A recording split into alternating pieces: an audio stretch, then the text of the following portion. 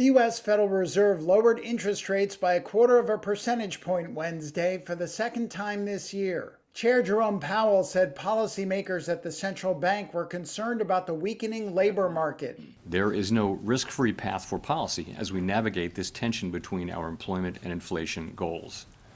Our framework calls for us to take a balanced approach in promoting both sides of our dual mandate.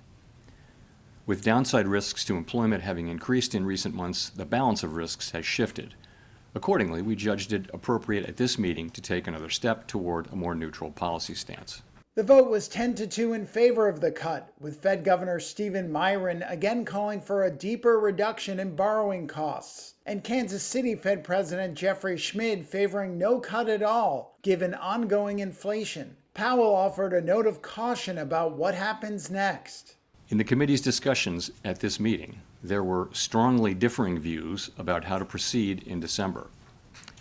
A further reduction in the policy rate at the December meeting is not a foregone conclusion. Far from it. Stock markets pulled back on Powell's comments on the outlook for monetary policy, as traders and investors reduced existing bets favoring more rate cuts.